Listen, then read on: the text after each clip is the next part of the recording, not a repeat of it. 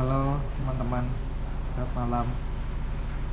Ini adalah hari ke berapa ya? 21.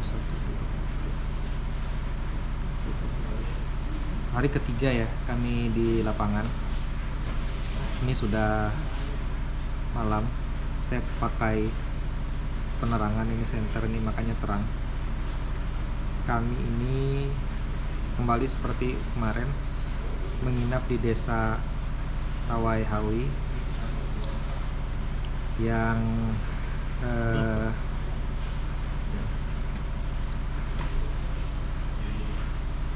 tampaknya ini ya hujan terus tiap malam. Ya memang selama kami di sini ya memang hujan terus ya di kecamatan Lowong Tuhup ini. Hari pertama kita menginap di desa Merwe 1.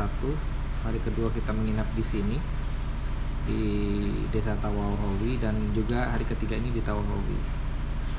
Tadi perjalanan kami ke kecamatan pagi. Setelah di kecamatan itu kita siangnya melakukan aktivitas di desa Marwe 2, Muara Marwe ya. Dan malamnya kita kembali ke sini untuk beristirahat. Kenapa kami memilih di sini?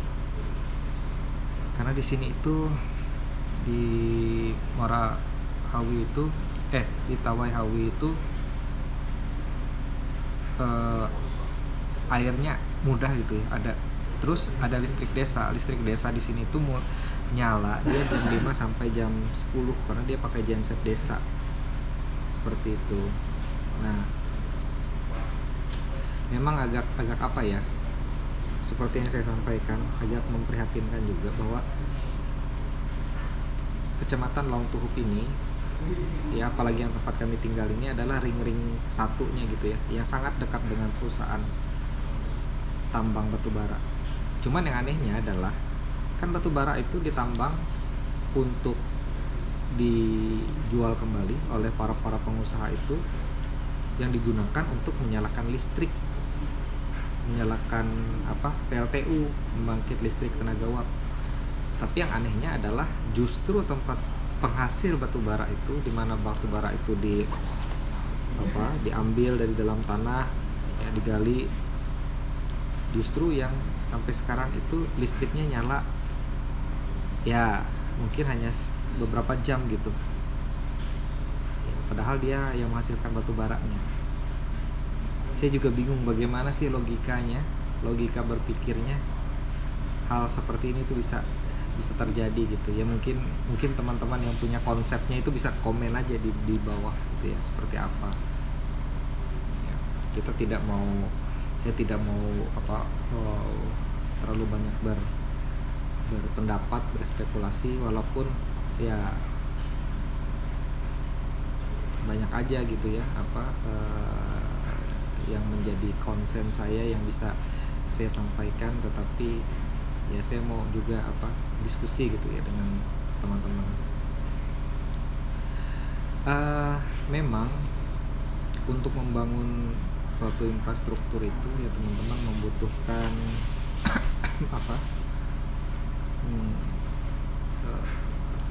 tidak segampang untuk membalikkan telapak tangan, tapi saya yakin memang pelan-pelan itu bisa terjadi ya, seperti contohnya adalah pertambangan di Kabupaten Bandung Raya ini juga sudah berlangsung cukup lama, puluhan tahun. Dan mudah-mudahan dengan hadirnya perusahaan-perusahaan tambang ini bisa semakin mensejahterakan masyarakat. Memang di satu sisi kalau kita lihat memang banyak ya kemajuan gitu ya, masyarakatnya juga sudah banyak yang bekerja menjadi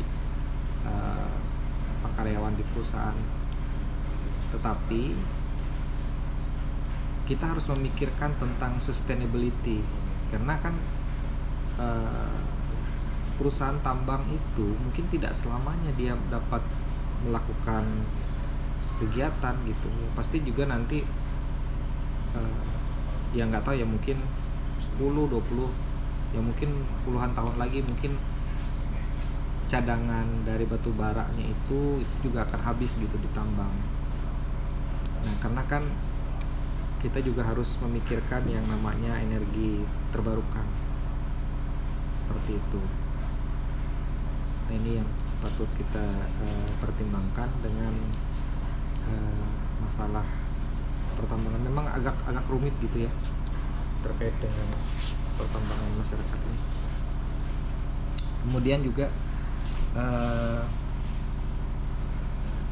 terkait dengan ya kami merasakan sendiri gitu ya bahwa dua hal yang menjadi sangat vital di kebutuhan masyarakat, yaitu adalah air yang pertama, kemudian juga penerangan ini gitu ya. Apalagi kita yang terbiasa dari kota besar, begitu sampai ke suatu desa yang tidak ada listrik, kita agak bingung gitu. Apalagi semua barang-barang yang kita bawa itu semuanya berbau elektronik, HP, kamera. Ini kamera yang saya pakai ya.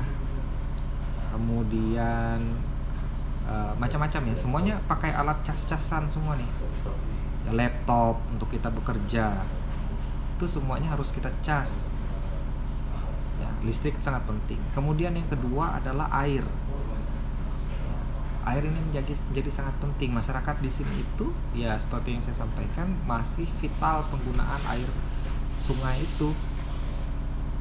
Mereka masih mandi di sungai. Bahkan tadi di Desa Marwei 2, istri kepala desanya menyatakan mereka tidak punya WC atau jamban tidak mempunyai kamar mandi di rumah, mandinya di sungai. Seperti itu. Sedangkan katanya adalah sungainya itu tidak jernih, tapi mereka tetap mandi di sungai karena kata Pak Pak Kades tadi agak sulit gitu ya untuk mengubah habit ataupun kebiasaan masyarakat yang sudah turun temurun gitu ya. Makanya sungai itu masih menjadi sangat vital untuk masyarakat di wilayah Kalimantan ini. Tapi tentu saja sungai yang tahun sekarang 2023 gitu ya, tahun 2000-an ke atas itu beda dengan sungai yang mungkin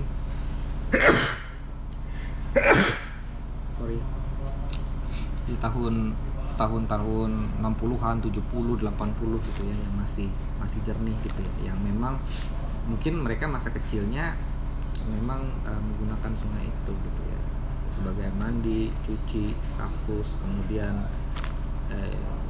alat transportasi gitu. Dan memang sungai itu sifatnya kan dia bisa memperbaiki diri sendiri gitu ya. Tetapi kalau sungai itu dengan adanya aktivitas manusia yang terlalu berlebihan, sehingga dia juga untuk kesempatan untuk memulihkan dirinya itu juga menjadi agak lama ya. Itu akan harus menjadi perhatian kita bersama. Kemudian terkait dengan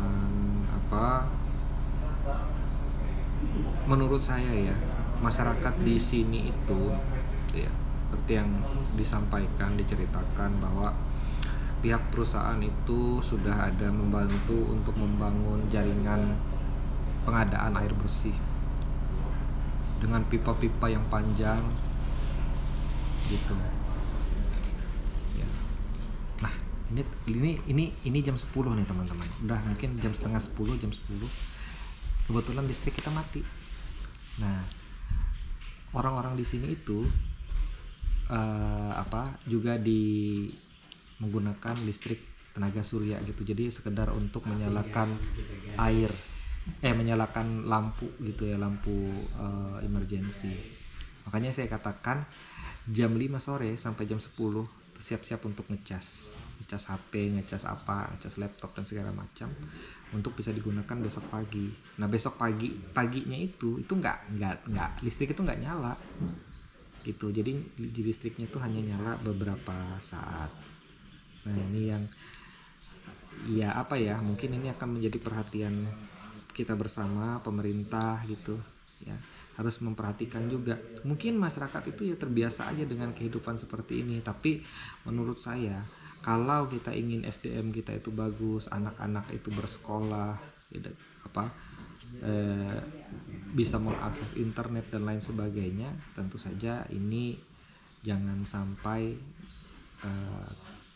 terus-terusan terjadi gitu. Mau sampai kapan ya? Karena menurut pengamatan kami aja di lapangan ya, pengaruh dari hadirnya masuknya listrik 24 jam ke desa itu akan sangat berpengaruh gitu ya terhadap SDM. Karena coba kalau kayak gini ya, dimana ada orang bisa beraktivitas dengan lampu yang redup, bisa belajar, membaca buku dan lain sebagainya ya, itu harus kita pikirkan ya. Tapi inilah realitas yang harus kita hadapi. Memang ada ya tempat-tempat seperti ini, dan mungkin masih banyak gitu ya tempat-tempat yang lebih parah dari tempat ini. Tapi saya kan menceritakan wilayah, memang di tempat kita ada ya wilayah yang seperti ini, sumber alam kaya ya, bahan-bahan melimpah, orang-orang dari luar banyak masuk ke sini.